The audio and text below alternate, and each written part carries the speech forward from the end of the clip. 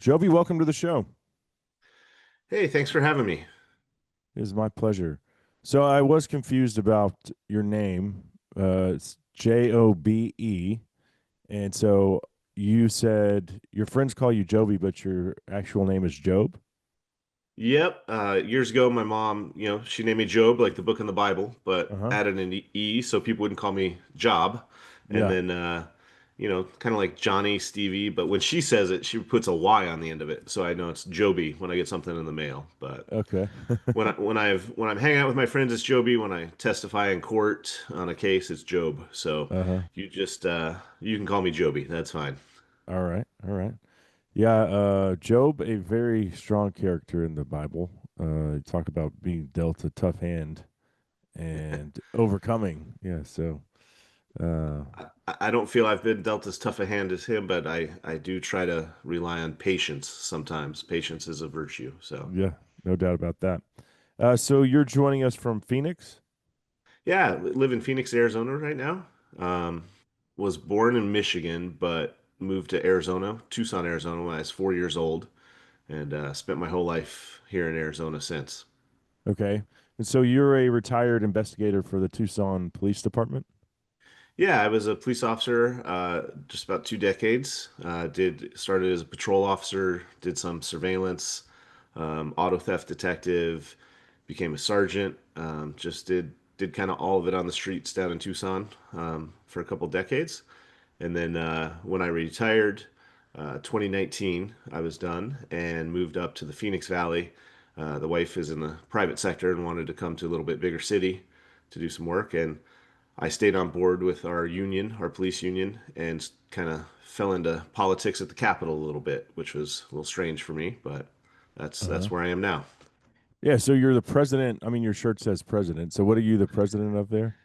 So I am the president of the Border Security Alliance. Uh-huh. It's a kind of a thing that popped up about 2022, an idea I had, and kind of formed, as I came up. I'm also the executive director of Combined Law Enforcement Associations of Arizona. So I kind of wear two hats. But as I started lobbying at the Capitol, trying to, bring in bills and protect officers' rights, protect their benefits we have in Arizona, I kind of noticed a void with our politicians just having a lack of clarity when it came to border security and how that affects, our local communities, our law enforcement officers, our border patrol agents. And so decided to kind of form this group to try to, give good, correct information to help bring awareness to problems that affect just everyday citizens. And Mm. so that's been a project of mine for about the last 3 years, when we definitely had some issues with our border. We've always had issues with our border since the entire time I was working as a police officer, and just trying to bring awareness to it. Mm-hmm. Well, you mentioned lack of clarity. I certainly, and this is just from an outsider's perspective, but going back to this last election, well, see, Carrie Lake has lost two elections, but when what is her name? Is it Katie Hobbs or Sarah Hobbs? Who's the governor? Katie Hobbs. So she's the attorney general overseeing the election, and Carrie Lake is running against her. And I'm watching these videos on social media primarily, and Carrie Lake's playing to packed houses, and Katie Hobbs is sitting in her basement, not really even doing any rallies. And the attorney general oversees the election process. So, Like, how do you so I not will say, recuse yourself from that obligation if you're actually running for that office? Is mind blowing to me, and I have a hard time believing she actually won. But from an Arizonan's perspective, tell me what was the vibe there, and were you surprised about the outcome? so I will say she was Secretary of State, Secretary of State, Katie, sorry, Katie Hobbs. Um, but she did you oversee know, the election, right? As part of she her, did yeah. oversee the election, but the way it works in Arizona is the votes are basically counted in the counties. So there's county recorders that go through Mm-hmm. that, and then they send up the certified results to the Secretary of State's office, and then goes through. So yeah, there is some concern. Did she should she have recused herself? But ultimately, I'm not in the camp that I'm as upset about that. There's some precedents before that. I think we have enough checks and balances. There's always room for improvement. I definitely believe there is voter fraud when it comes down to our elections in this country, but I don't see that it was this widespread millions of votes to swing one way or the Hmm. other. Hmm. Um, I will tell you, in my opinion, what it is in Arizona is we have people, and I've listened to a couple of your shows and I've listened to some of the other guests. We've had people fleeing some of these other liberal states and come over and say, I like Arizona or I like Texas. And they come in, but they bring their voting values. So what used to Mm. be a pretty red Arizona is now a purple Arizona, and it's a difficult. I watch a lot of elections, and a lot of camps are on both sides, and they're very close. So Hmm. with that said, I mean, I thought there were maybe some better candidates we could run for governor, and unfortunately, we ended up where we did, and that's where we're at in today. Yeah. Yeah. It just seemed like Carrie Lake was why she from her rallies. It looked like she was pretty popular and she's charismatic. I liked her, and so I was just like, oh, she hope she wins this thing. But it is She what it she is. was a news anchor for years, and when I moved to Phoenix, I watched her news show on the Fox local Uh-huh. Fox TV channel, and she's a great reporter. She's very passionate about what she does.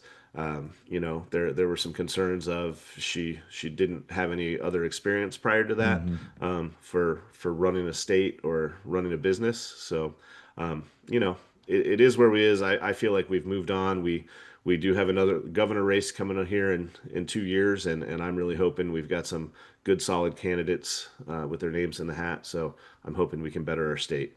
Hmm.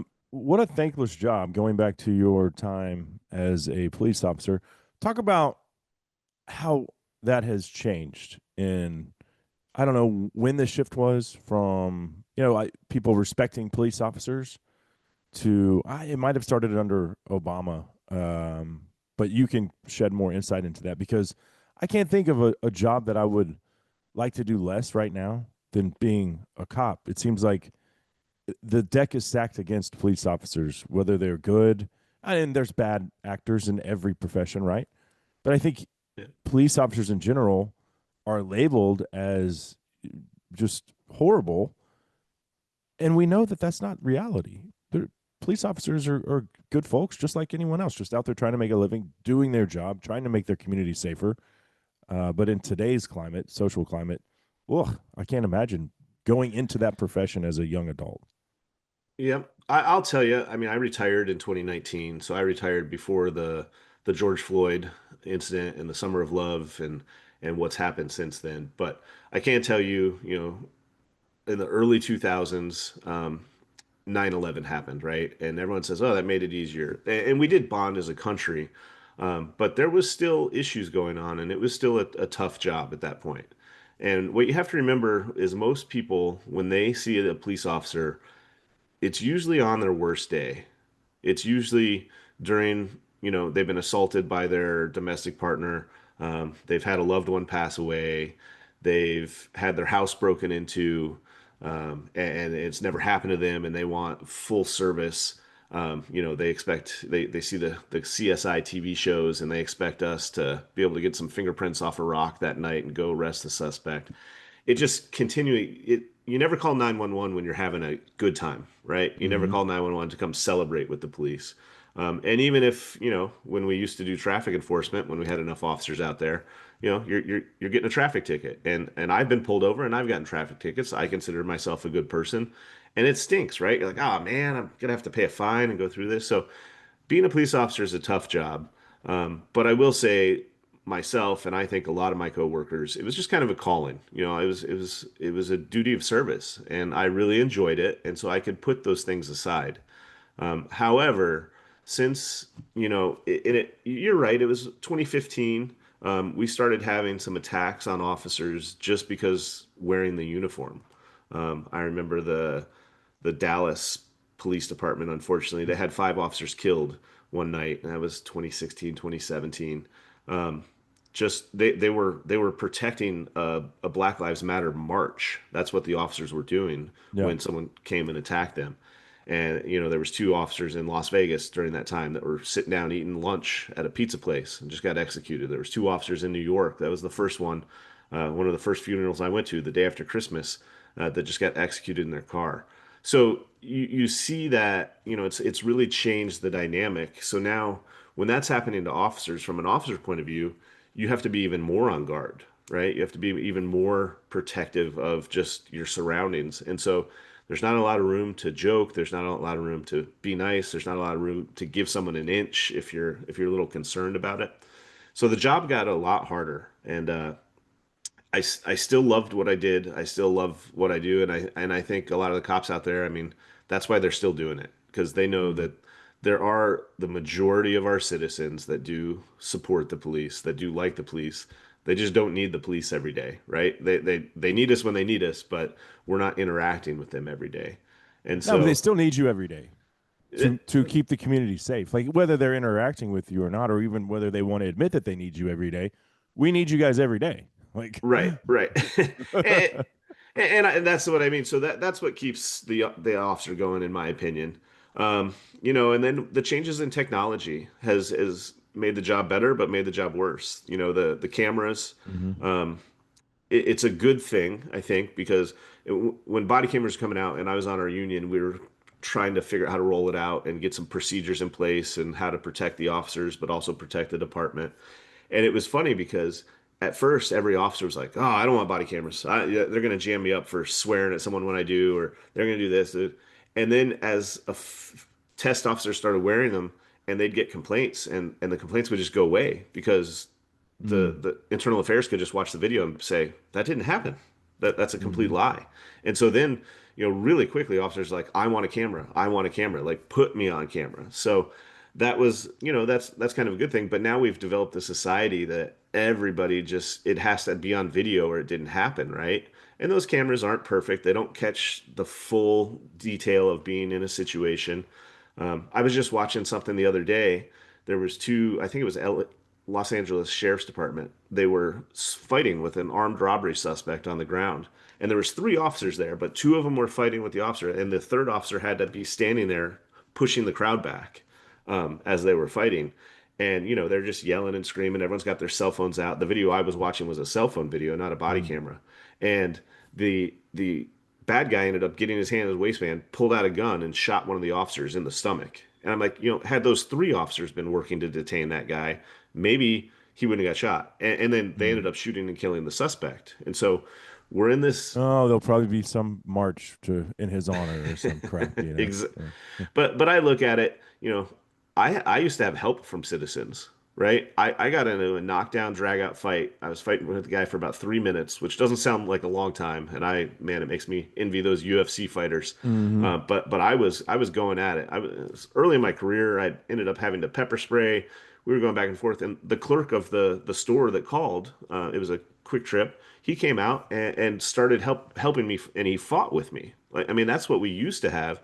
And now you just have a lot of citizens who want to just video or make it more difficult. So Yeah. it is a tough time in policing, but I do think cops know, we're out there for the good of society, and there is a lot of good of society that still supports us.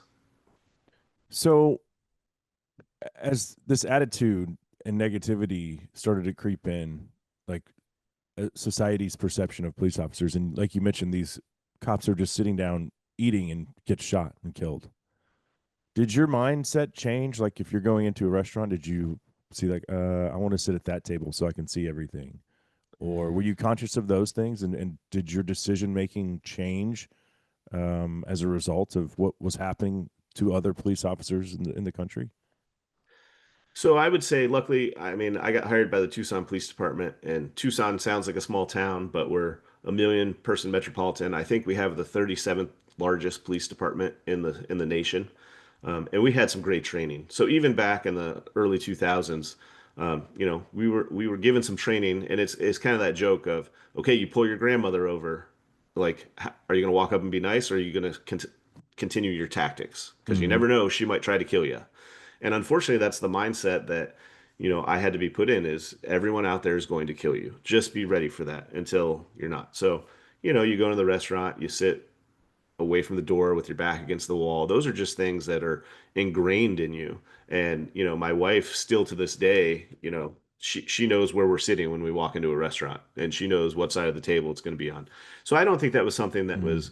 that was, brought newer. But yes, I mean, as different things happened, I'll tell you this, I saw a lot more people eating lunch in the police station, and maybe that was a healthier thing, bringing meal prepping to work instead of going out to IHOP in the middle of the Mm. night like I was working midnights.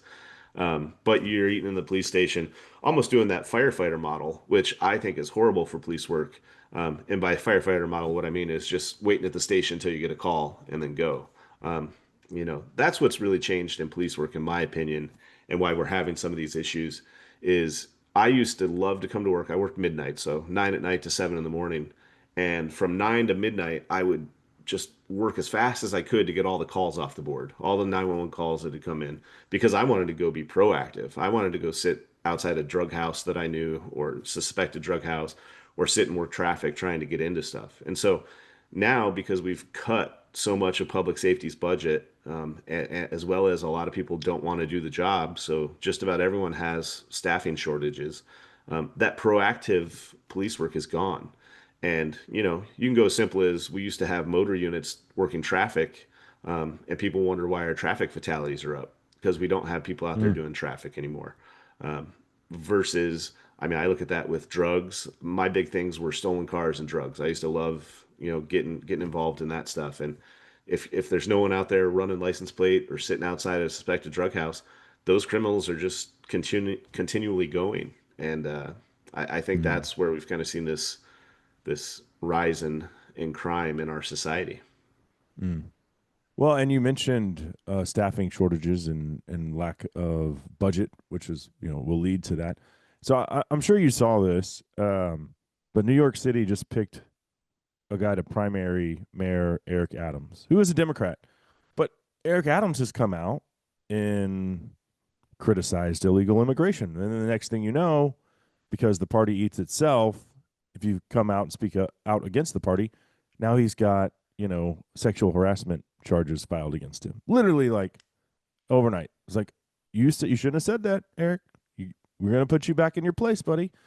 So now I don't know how they decided on this guy, but there's some dude named Zoran Kwame Mamdani is now trying to usurp him, will run against him. Mm-hmm. This dude is Muslim. He's running on a platform of defunding and dismantling the NYPD. He's pro LGBTQ alphabet crowd, which is very ironic because Muslims typically just kill them. So that's funny to me. Um, but and this has to do with immigration, right? So why is this guy running on this platform? What's the deal here? In your opinion, just what is your perspective on? Yeah, I think we just have a lot of confused people in this country right now. And there's a couple bad things that happen to them, or life's not easy, right? Prices are going up, and so it's like, let's complain, and you get some people. I watch some of those videos where, the YouTuber goes out to the college campuses and starts asking questions, like you just said, like, oh, you're LGBTQ, you're in support of that, and you're in support of Palestine, like. Do you know what they do to gay people in Palestine? They throw them Mm. off the roofs of buildings, right? Mm-hmm. And they don't understand those concepts because we still do have a really good country, a great country here in America, and we give people those freedoms. So how is this person winning and running? I don't know. I thought we played the defund the police game through the George Floyd time, and we've seen that it was a failed experiment. That's my opinion, and that's here in Oh, I think it's Arizona. true. And I have a buddy that works in New York City. He lives in Hmm. New Jersey, but and my wife actually lived there for 2.5 years when we were dating. So I spent some time up there, and it was, I mean, it's like every major city, right? This is in the early 2000s. It, there's crime, but you Hmm. didn't feel. I didn't walk down the street and be like, I'm checking my six at all times. Like it was relatively safe in the area that she lived in, anyway. But my buddy who's still there says that the immigration problem has all of every mom and pop store is now boarded up. It's Hmm. not safe. There's homeless people everywhere where there used to be just on certain corners, and now and they're mostly immigrants. They have no job and really have no future, but it's sucked the life out of, what was once a bustling and whether you like big cities or not, New York was cool. Not a place I would ever Yeah. want to live, but certainly cool to visit. I wouldn't go visit New York today. I'll tell you that right now. Yeah. And And I think this you dude's hit the nail also a on the socialist, by the way. Forgot to mention that. that. Who's been a citizen of this country for 7 years. And ugh. It's scary to me, but I think you hit the nail on the head when you talked about the immigration stuff, where, this. Thank goodness for the Texas governor, for Governor Ducey of Arizona, when we started busing a lot of these migrants that were coming across up to these cities, right? And all of a sudden you had Eric Adams in New York saying, "Oh my gosh, this is a crisis. We need FEMA. We can't handle these numbers." Arizona has been handling these numbers, um, or handling this immigration problem for as long as I know, right? Mm-hmm. For 20 plus years. And so when they started, and during the Biden administration, it was the worst I've ever seen it. That's 100% fact. They started, having to do street releases, but they were doing them in these small towns, these small border towns. And so they didn't have the resources to deal with, a couple hundred being street released there. So we worked on certain things and got them shipped up to Tucson, got them shipped up to Phoenix. But yeah, exact same problems. But that's kind of where the Border Security Alliance idea came in. Is I've seen these problems, right, firsthand in Arizona.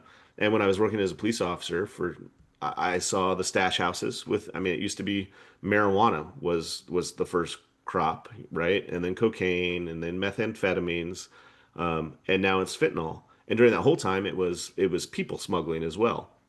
In the early 2000s, though, it was people smuggling. It was Mexican citizens coming across, to come in and do some jobs.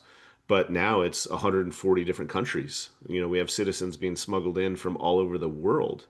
And it ultimately comes down to it's the cartels, right? The cartels are the ones that are making the money off this. They're a very sophisticated business operation.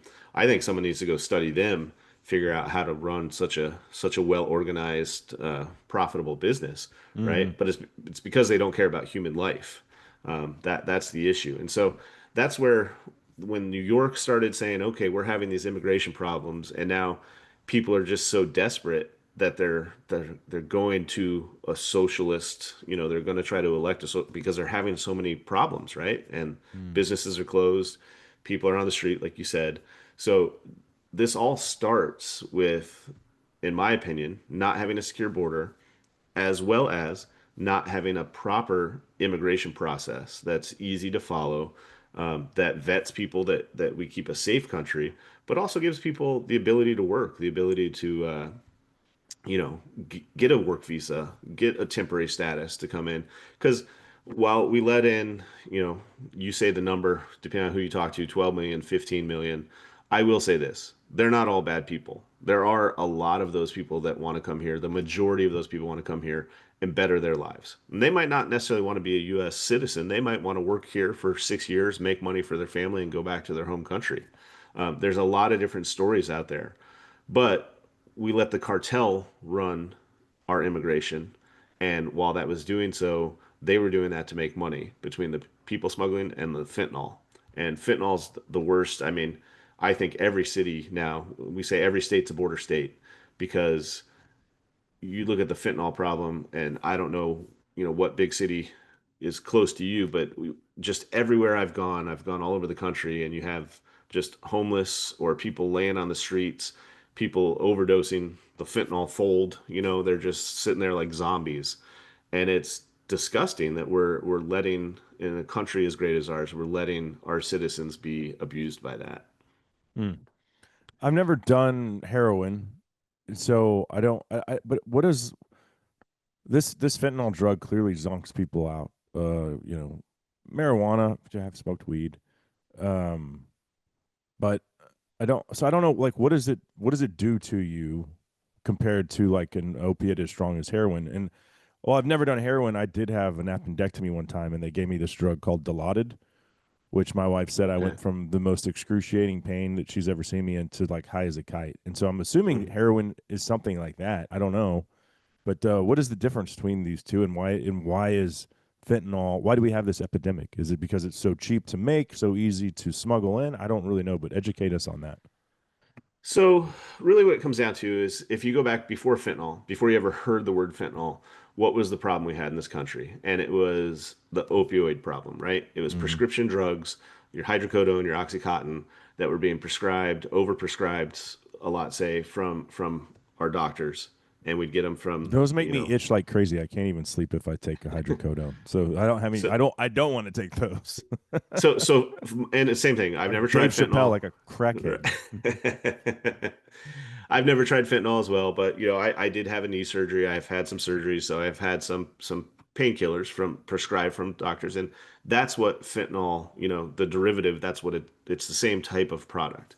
The problem that we have, and this goes back to how I'm going to digress a little bit. If you go back to methamphetamine, when that started taking over our country, early 2000s, 2006, you remember all the meth labs you had, right? Mm-hmm. You'd have the Motel 6 hotel rooms meth labs or the trailers, the, Breaking Bad kind of meth labs across the country.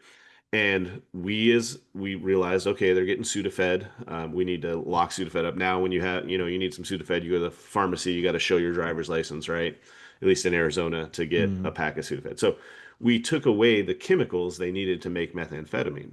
Well, the cartels realized and worked with its transnational crime, worked with China, and they started doing super labs down in Mexico. So the chemicals, the Sudafed, that type of stuff, is bringing it in from China to Mexico. They would have super labs down in Mexico make it, and then all they had to do was smuggle the finished product into America. So that was their business model. And that's where we really stopped having meth labs in the country. I mean, at Tucson, we had whole teams, hazmat teams, detectives. We got all this stuff up and running. And finally, we got it up and running. It just stopped. And we're like, wow, I guess we're good at our job. But it wasn't necessarily us, it was the cartels creating a different business model. Mm. And we are the demand. That's the other problem, the American people, right? If there was no demand for the drugs, there wouldn't be a supply for the drugs. So then let's fast forward to the opioid problem, and there probably were over prescriptions, and that got to be a really big problem. And so we started cracking down. And I forget what the stat is now, but I think there's like 70% less prescribed painkillers from doctors because they were getting sued. I mean, there's a lot of problems there. But Mm. what did the cartels do? They said, okay, there's a demand. Let's create a supply. And so that's when they started getting the fentanyl and bringing the fentanyl over. Now, here's the problem with the difference between having a hydrocodone from a Walgreens and having a fentanyl is the quality control of these pills being made isn't quite the same for American pharmacists and the cartel.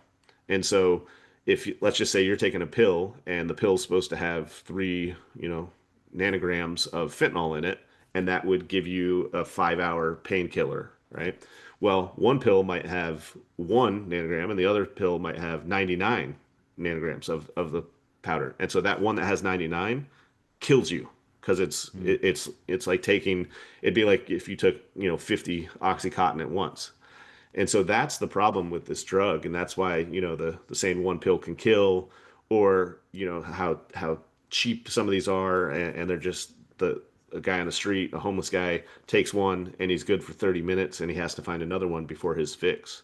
And it's an addiction, right? So once you're hooked on it, it's your tolerance becomes higher, and you need more and more and more Mm-hmm. until you overdose. But right now, I mean, since 2020, having over 100,000 overdoses per year, I mean, that's 500,000 people in the last 5 years, and those numbers are higher than they ever were.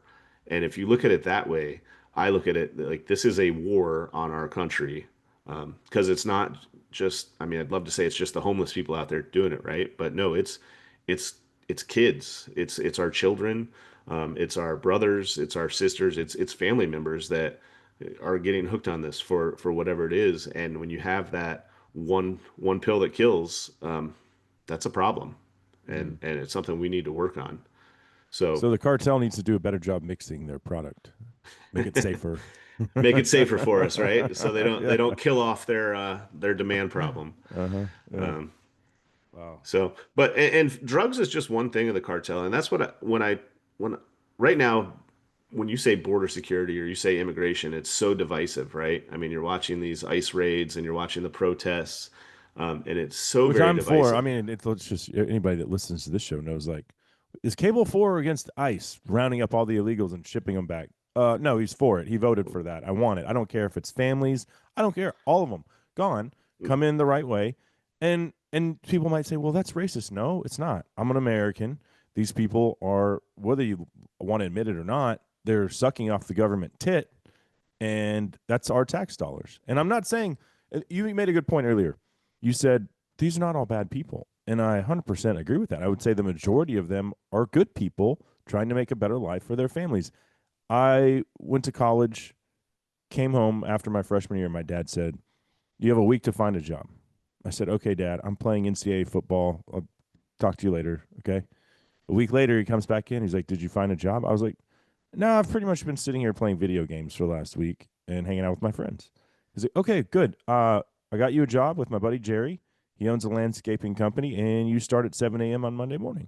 So I spent that summer in the Texas heat digging ditches for external irrigation, and I learned very quickly I did not want to do that for a living.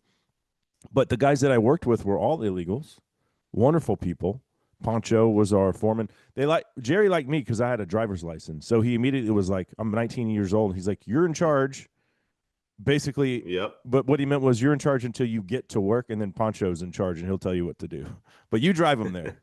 But these guys, they were awesome dudes. But they would just send all their money home, right? Hmm. Just to give their family a better life. Yep. And I don't know how And, often they saw their family, but yep. they were here And and making a living. you said it like, you hear these people say, "Oh, well, these people are just coming here and want the American dream." Absolutely. But you know what I want? I also want the American dream for my children. I Mm-hmm. want opportunity for that. So there's a way to do it, and I think I stole this from a county sheriff, for border security and immigration says we need a really big wall with really big gates, meaning first off, you need border security. If you don't have border security, then you don't need an immigration process. If you don't have a border, you don't have a country. Right. But we also then, once we get the really big wall and we have the security, and President Trump has proven that that can happen, that the crossings went from 5,000 people to two, right? He has done that, and he's going to continue to do some of that. But what I haven't seen from him is how do we have wide open gates? Meaning, how do we overhaul this immigration process so that we can vet people and let them come in through the ports of entry instead of trying to go around? Because even during the Biden administration in Yuma, Arizona, that's where they were doing a lot of give ups. So they were bringing in at some point like 5,000 people a day. I went out there and did a border tour with some people. We got there at 5:30 in the morning. It's right where the wall ends on a reservation, and there's a Mexican freeway on the other side, about 100 yards away. So that's where they were dumping all these people off, and they dump all these people off, and there was just 600 people there waiting for Border Patrol to come back with another bus to process them. They weren't trying to sneak in, they weren't running, they were just waiting there. During that same time in Cochise County, that was in Yuma, in Cochise County, the sheriff down there were still cartel guides bringing people over in camouflage clothes and carpet shoes and sneaking them into America. So just think about that. These people in Yuma were give ups and getting out within 24 hours and being let into the country under an asylum claim. But the cartels were still sneaking people in. Why do you think that was happening? And it's because those people they were sneaking in were bad actors. They were already Mm-hmm. deported felons. They were already problems. They're bringing in drugs that way. But the cartel knew push all the resources to the right and then sneak the bad guys in over to the left. Because Mm-hmm. our border patrol agents were being tasked with jobs they didn't want to do. They were being tasked with babysitting and processing instead of securing the border. And so that's where you have to realize the cartels are smart, and they're doing those things for a reason. But like you said, if we gave, I always laugh a little bit when I hear the term, that's all military age males coming in, military age males. Well, you know what else is a military age male? Someone that's, 23 to 28 can give the best, hardest working years of his life to his family, right? So, like you said, Mhm. Poncho and that group, they're coming in and they're working their butts off doing a job that's hard that you don't want to do to send that money back to their home country. And so it's hard being a white male in this role because I just get a lot of pushback from people I talk to that I'm just racist and I'm afraid of other people in the country. And that's not the case at all. I mean, it's just we have to have law and order. We have to follow actual laws on the books and not just make stuff up because the unintended consequences. And that's where I try to, at Border Security Alliance, we've talked about fentanyl and we've talked about human smuggling, but there are so many unintended consequences that people don't realize that affect them day to day. Mhm. Yeah. So you mentioned human trafficking in your 2 decades serving the Tucson area. Did you see that increase, or like the number of people being smuggled across, or was that, or was it because Biden opened the border that decreased, and now and you said the cartel was just sneaking in bad actors, people with criminal records already deported. Well, you have to realize, so yes, I did see it increase over time, but you have to realize those give ups over in Yuma, those were also brought in by the cartel. Those were Uh, also they were making money off that business as well. So the cartel was running our border. No ifs, ands, or buts about it. Because if you tried to come across and you weren't paying the cartel, they would rob those people and take care of those people. When you talk about was smuggling, did I see it increase? It was a different way, right? So for 2 decades, Tucson, there's a freeway that comes up from the border, and then you get to I-10, and you can either go, west to Phoenix and California, or east to Texas. Take an I-10. So Tucson really was one of the first stops getting across, and so we call them stash houses, right? But people that would be stopped at a house for a day or two until their next ride got up, and then they'd be smuggled out. So yeah, we did see a lot of that. That did slow down as the Biden administration took over because then they just started doing this, let's get them caught and get them processed and get them released instead of that. But also that same network was brought in. That's the drug routes too. And again, I told you before, it was marijuana to begin, it was cocaine, it's methamphetamine, it's fentanyl, but those routes are still there and that network is still there. So that's where the cartel, they don't care what they're smuggling as long as they're making money. So they don't care if it's a human body, a baby, or a drug. They're doing this to make money, and they don't care about human life. So that's kind of I had a good example of a Cochise County sheriff's deputy, and he worked this case where he had someone going from Cochise County, southern Arizona, through Tucson, through Phoenix, all the way out to Tennessee. He had a track to Tennessee. He had the money records coming back, the wire transfers, and he had no one at the DOJ that would touch the case. And so, how do you expect a county sheriff in Arizona with a couple hundred people to be able to prosecute a transnational criminal organization that goes through 4 states? I mean, more than that, but he had issues in 4 states. And so you mm, need the federal government to be willing to prosecute those cases. yeah. Well, I listened to part of your discussion with our friend Dan Holloway on the Citizen podcast, and you mentioned that these folks who pay the cartel to get them across the border one way or another. Um, first of all, how expensive is that?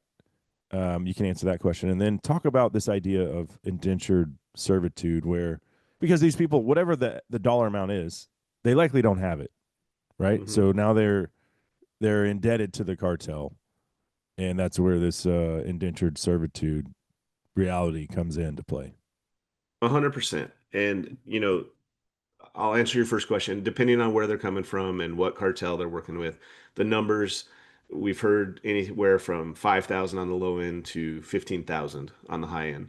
And that's coming from the Central American part up. Now, what does it take to get from China or the Middle East over to that part? I'm not as good with that number, but I'm sure the number is higher. But if you had $15,000 in one of, and you're a Guatemalan citizen, you're not in the poverty range, right? Right. So these people don't have that money. So they give some down payments, and the cartel says, okay, well, we'll keep taking your payment plan as we go through this process. So they get you to America, right? They have to get you up, and when you go through Mexico, this is where there was some complicit where Mexico, at southern Mexico, they would charge people anywhere from $250 to $400 to get a temporary resident alien card for Mexico. So they could travel freely through Mexico. So if you think about that, anyone claiming asylum wouldn't be let in if they had that card because they have a safe country, Mexico, to live in, as they were coming up. So the Mexican government was making money off it. Well, when they got to America and Yuma, like I was talking about on that wall, it's funny, the wall is about a half mile in from the actual border, just based on where it was put logistically. And so you go around the wall and you see all these discarded temporary resident alien cards of Mexico, because if they got caught with that while they were giving themselves up, Border Patrol could send them back. So, Mm. there's everyone's taking a little price, a little cut in this process. But when you get to America, and let's say they're saying, okay, we're going to send you to Seattle, Washington, or we're going to send you to Ohio, whatever state, how are they going to live when they get there? And that's what people don't realize. So I just want you to take away your cell phone, take away your driver's license, and take away your wallet. And you tell me, how are you going to get a job? How are you going to rent a car? How are you going to rent an apartment?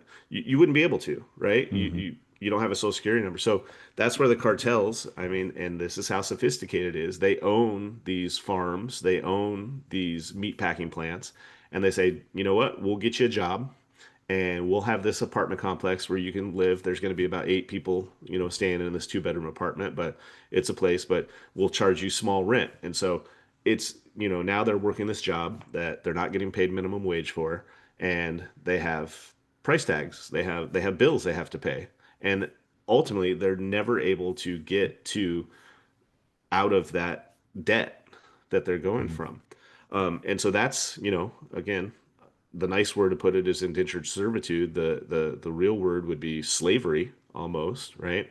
And so when I have people that say we're racist and we need to go through this, I go, no, that is not the American dream. If I told you this is what your family's going to have to go through, this is what your child's going to have to go through, that they're going to, you know, have to live in a place where they not of their choosing. They're gonna have to work for something that's not minimum wage and doesn't follow the laws, and it probably doesn't have the safety standards, and they're not gonna have health insurance. Like those issues, that's not the American dream, and that's what we have to fix.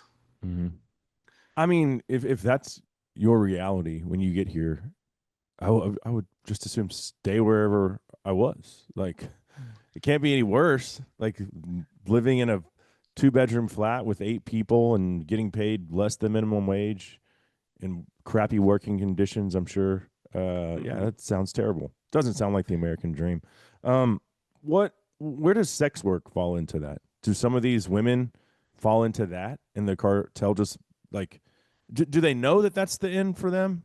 Does the cartel control that? Like, how does that play into the immigration equation? Yeah, it definitely happens. I mean, because that's normally a lot of times when you hear of human smuggling, that's what you hear of sex trafficking. And there is that element out there. And I saw it, I've seen it in Tucson, I've seen it across the country where, and there's all sorts of different routes, right? There's the old websites, and they're moving these girls through cities and keeping them with cartel members, and having them kind of the pimp aspect to it. If you think a lot of like the Asia massage parlors, I think the example I heard in Yuma, which is a city of about 200,000 people, they have like 29 Asian massage parlors, and it's like there's not that Mm. many people in the city to need that many, where nefarious things take place. But Yeah. they're money laundering as well as sex trafficking. And you see these girls, they'll leave them in a shop for 6 months, and then they move them to a different city so they can never, establish community or help, and it just gets ingrained in them, where then they're actually, they think there's no way out for them. And so that's just what they do. And it's a sad reality. So is it every female that gets coming across from cartel? No.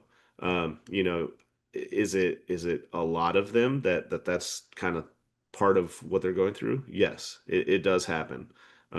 So again, the work smuggling and the sex trafficking, those are the two parts of the human cartel, of the humanized people that don't have the money to pay Mm. to get smuggled over here. So it's clearly a broken system. I think that's obvious, and anyone listening already knew that. That's why Trump won by, a large part of the reason was the immigration issue was one of the three things people were most concerned with, American Hmm. citizens. Um, if we wage war against the cartel, will that change anything? How do we fix this as far as the cartel? I know, like, and also, if we finish the wall, is that going to help? So the wall, yes, the wall is a resource for our border patrol agents, right? And a wall wasn't just the wall when Trump was building it in Trump 1.0. It was cameras, sensors, lights, deterrents. Is the wall perfect? Is it gonna, is it the Great Wall of China, quote unquote? Is it just gonna stop that? No, but it's a force multiplier. Mm-hmm. It funnels the cartels to certain areas that then the border patrol can focus on. So having a secure border is definitely the first thing. Um, I think what I wish would happen in a perfect world, again, 500,000 dead from fentanyl in 5 years. That's a war. I mean, 9/11 was 3,000 people, and that was a war. So if we looked at it that way, we need to shut down the cartel. And we have the military power to do it. We have the manpower to do it. And, people will argue like the Mexican government is complicit with the cartel. I don't know that they're complicit. I just don't think, I think the cartel's in control. Um, Mm-hmm. so that's the way I look at this is if anyone had the political spine on both sides, and this isn't just a president, this is, parties in Congress to put sanctions on Mexico. I mean that's where this is coming across. And I'm not saying it's all Mexico's fault, but Mexico is the southern border where most of this is coming into our country. So if we put sanctions on Mexico to force them to support us, to work with us, or let us go in and do the work, and we need to dismantle these cartels. But there's a lot of political will that would be needed for that to happen. And when I mean political will, I also mean, you know, American our ourselves as citizens, what are we willing to give up, right? Are we willing to give up cheap avocados and cheap Ford pickups? That are, well, they're not cheap anymore, but Mm-hmm. we have a lot of established society and we have a lot of trade and a lot of our stuff comes through Mexico. This is just like what we're doing with the tariffs in China, right? There's a lot of stuff that us average Americans are used to having and used to being able to push a button on our phone and get it delivered to our front door the next day. But are we willing to give some of that up to take care of this problem that has infected our society and is killing our people? And that's the question, I think, because that's how I think you solve this: is you go into Mexico and you kill the cartels. Well, and does the left have the stomach for us doing that? Like they'll throw a fit, be like, "Oh, the U.S. government is now going to go in and kill Mexican nationals." Okay, well, they're criminals that are killing Hmm. American citizens. Do you value American life more, or do you value these? And you made a good point. Like the thing that makes the cartel so successful is that they don't value life. They could Hmm. care less about it. And when you have that mindset of a psychopath, yeah, you can be pretty damn good at running a criminal organization. I use this example, and I'll digress a little here again, but um, smoke shops, and maybe you heard me talk about this and I'm sure you have smoke shops in Texas. Lots Uh, of vape shops, probably five within a couple square miles of my house. do you know how many vapes are legal to be sold per the FDA that have Oh, marketing no, no orders? idea. Mm, 34. mm, 34 types of vapes. Do you know how many vapes there are when you walk into a smoke shop? uh, Thousands.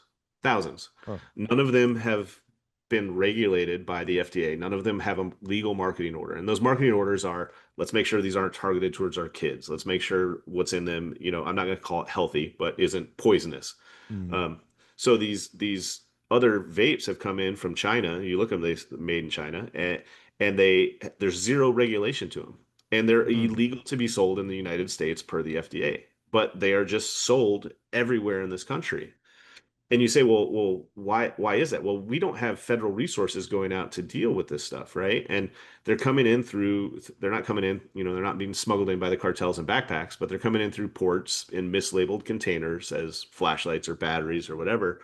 But that's such a low priority at this point for our overworked, federal law enforcement that's not happening. Well, who's to say that China doesn't decide, all right, we're going to attack on America. Let's put a bunch of poisonous chemicals in these vapes and just kill off a bunch of people or sicken a bunch of our normal citizens that aren't on fentanyl but are using that.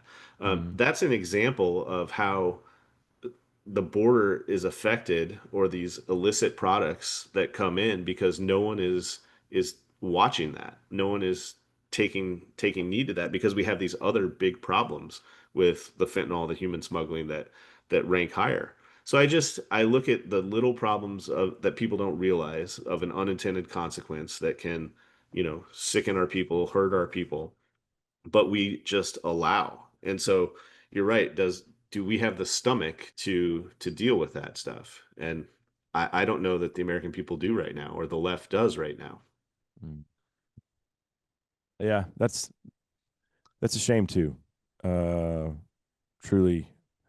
But I mean, we see it with their willingness to fly Palestinian flags, which now that that's old news. Now it's we got to go out and get our Iranian flag. And it's so funny too because it's the purple haired alphabet crowd that back this stuff, and or they're at least the ones that you see at the rallies, a lot of them, or the ones screaming and throwing tantrums, and they're the first ones that they're going to throw off the roof in Palestine. So Hmm. it's it's crazy, but yeah, I don't know. I feel like a full blown war with the cartel would, with our intel and just the muscle that the United States military has, seems like it would be over pretty quickly if we actually said we're going to go in and we're going to do this. In Mexico, you're going to help us. And don't we have the clout to be like, hey, do you want to continue importing or exporting goods to the United States? Okay, then we're going to fix this problem because Hmm. American citizens are dying to the tune of 100,000 a year because of fentanyl. I think we do have the clout. I mean, I'll use the Iran attack, and I don't care where you land on the political spectrum, but what I would say is we showed that we have military dominance in that, Mm. with both, intelligence, weaponry, and I pray that there's a ceasefire in place and everything's over. But I also look that if we just set back Iran having a nuclear weapon for 30, 40 years, that's the rest of my lifetime, right? So that Mm. that one day, one bombing trip has put me at ease for a lot. And so could we do that same thing with the cartels and save a lot of our citizens' lives over here? I think it could be done. But again, you have to have all the political buy-in and the will to do it. Uh, this might provide some um, insight as to why maybe the left doesn't have the stomach for it. But I think under this administration, I don't think they care. This is Pete Hegseth talking about the Iran bombing mission, and this reporter tries to bring wokeism into it, and he shuts her down immediately. The female pilots that also participated in this mission. The early messages that you sent out only congratulated the boys. So when I say something like our boys and bombers, see, this is the kind of thing the press does, right? Of course, the chairman mentioned a female bomber pilot. That's fantastic. She's fantastic. She's a hero. I want more female bomber pilots. I hope the men and women of our country sign up to do such brave and audacious things. But when you spin it as, because I say our boys and bombers, as a common phrase. I'll keep saying things like that, whether they're men or women. I'm very proud of that female pilot, just like I'm very proud of those male pilots. And I don't care if it's a male or a female in that cockpit, and the American people don't care. But it's the obsession with race and gender in this department that's changed priorities. And we don't do that anymore. We don't play your little games. Yes. I love it. He says, we don't play your little games. Yep. You know, we're trying to kill wokeism in this country, and having Trump back in office is the first step in doing that, and we're on the right path. But it's a long path, man. These people, they don't want to give up, and I don't know. That's the crowd that I don't think has the stomach for the war with the cartel that needs to take place. So we shall see. We'll see if Trump has the stomach for it, you know? And I just want to say, I've worked with some badass female cops that would kick my butt, to be honest with you, and they've gotten into some knockdown, drag out fights with me. And those ones that do that and are there, they don't care if someone calls them a policeman, policeman. Oh no, it's a police woman, police officer. No, they take pride in wearing the badge, serving the people, and it's one of those things. So it's just gotten so ridiculous on some of this stuff that you just have to let it go. Yeah. But we ain't playing your games anymore. All right. Well, Joby, I appreciate the conversation today. It's been insightful across all of the topics that we've covered. So thank you for your perspective and, boots on the ground, two decades there on the border. Yeah, it's been educational, and I appreciate it immensely. absolutely. And all I'd say, and we've got a lot more stats and data and what we do on from Border Security Alliance. So you can come find us. We scratched the surface today talking, but go to our website, www.bsa-us.org, or we're on all the socials, Facebook, X. You can follow us there as well. Who funds you guys? Or like what? Talk a little bit So about that, because I don't know. So we're a nonprofit. We've got a donation button on our website, and again, it's just whoever can give some money. We kind of go all over the spectrum, because this problem of immigration and border security affects, like I said, it affects people, it affects companies, it affects merchandise. There's a lot of unintended consequences, and so while I would love to have more funding, more people support us, it's just it's a grind, but we keep working and trying to do what we can. Well, we appreciate it. And you made one great point. You said something that I'm familiar with, but I just want to reiterate. You said, if you don't have a border, you don't have a country, and that's true. So thanks for your effort on that front. And yeah, if y'all hit that donate tab. Anything helps, obviously, with a nonprofit. So appreciate it, Joby. All right, thank you, sir. Appreciate the time. All right, take care.